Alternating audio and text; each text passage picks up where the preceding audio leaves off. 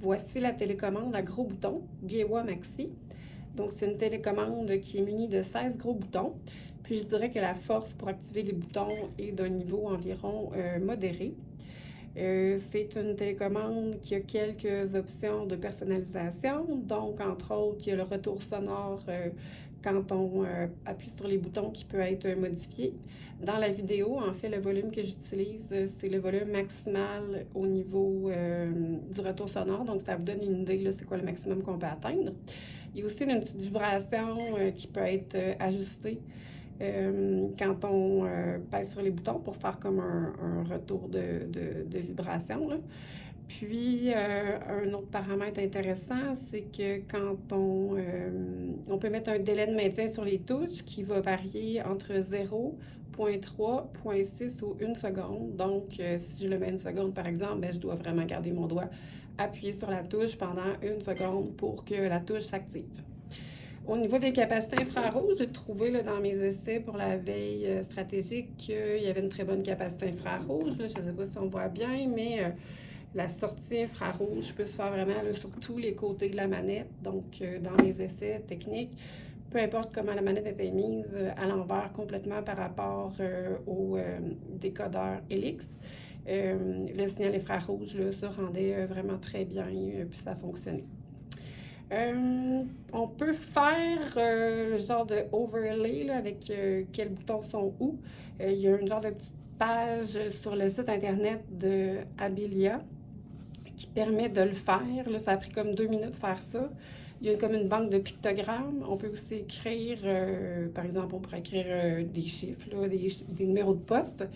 Puis, on pourrait aussi mettre nos propres photos. Fait que si on voulait mettre genre touche Radio-Canada ici pour simplifier encore plus la manette, ça serait possible de le faire assez facilement.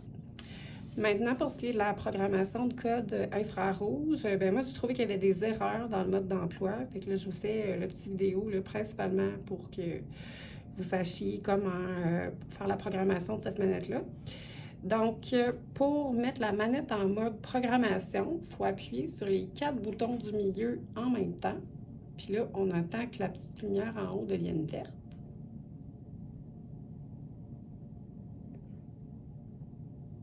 Ça peut prendre un certain temps.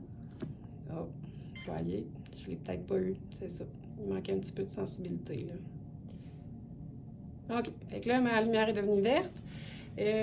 Par exemple, moi, je vais faire le volume. Donc, je sélectionne la touche que je veux programmer. Ensuite, je pèse sur la touche en haut à gauche pour lancer le mode d'apprentissage. Là, il a fait un petit bip, il est content.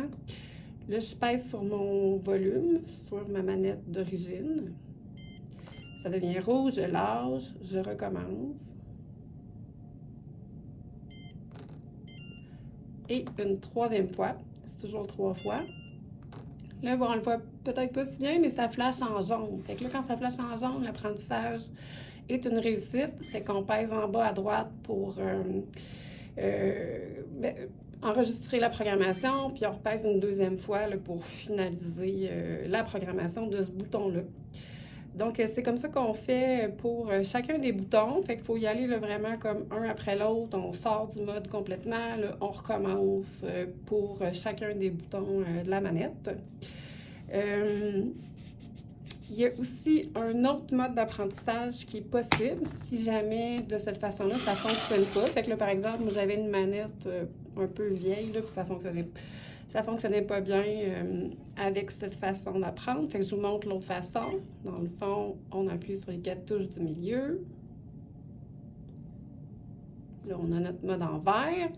Là, je veux faire mon bouton Power. Fait que je sélectionne mon bouton Power. Puis là, je repèse sur cette touche-là pour lancer mon mode d'apprentissage. Puis là, je vais juste venir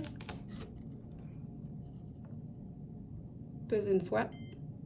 OK, il y a un petit délai. Mais là, vous voyez, il fait comme tantôt. Je repèse une petite fois. Et une 3e fois. Puis là, il l'a bien appris. Donc, je l'enregistre, puis je sors la programmation. Donc, c'est pas plus compliqué que ça. Fait que si ça marche pas avec une façon de faire, après ça, on y va avec un appui court. Puis, dernière chose, dans le fond, pour faire les macros, là aussi, là, il y avait comme une petite erreur dans les instructions. Fait que je vous le montre pour vous faciliter la vie. Donc, je rentre dans mon mode programmation. C'est bon. Mettons ici, je voudrais faire le poste 900. Fait que je vais peser dessus une fois. Là, je lance ma programmation. Je vais peser sur mon chiffre 9.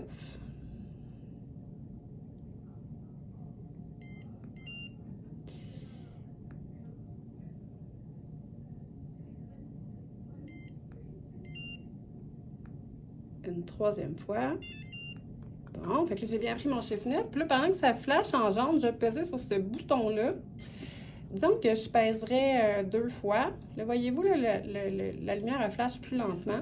Puis si je pèse une dernière fois, là, c'est mon délai maximal de 1 seconde entre chacune des étapes de ma macro. Donc, j'enregistre ça. Puis, je suis de nouveau prête à enregistrer. Donc, mon deuxième bouton, là, je suis en train de peser sur le 0. Le 0 encore. Et une troisième fois. C'est réussi. Donc, là, pendant que je suis là, je pourrais mettre un délai entre mes chiffres. Si je voulais en mettre un, par exemple, je trouve le délai presque maximal. J'enregistre ça. Je relance mon enregistrement, mon apprentissage pour mon bouton 0 encore.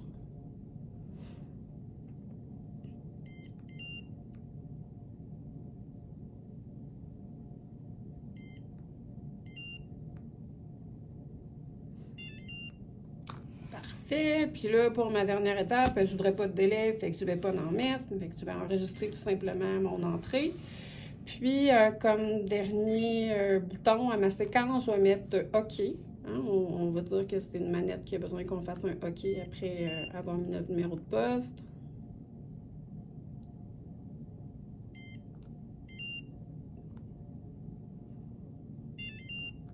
Et voilà, on a réussi. Donc, j'enregistre, je sors de mon mode de programmation. Puis, ça fait que sur ce bouton-là, dans le fond, je vais avoir le chiffre 9, un petit délai, le chiffre 0, un petit délai, encore le chiffre 0, pas de délai, puis un OK. C'est la macro là, qui va faire sur mon appareil. J'ai testé 4 chiffres, je n'ai pas testé plus, donc je ne saurais pas, mais il me semble qu'on n'a pas tant besoin de plus de chiffres que ça là, dans une manette de TV. Donc, ça fait le tour pour la Gewa Maxi.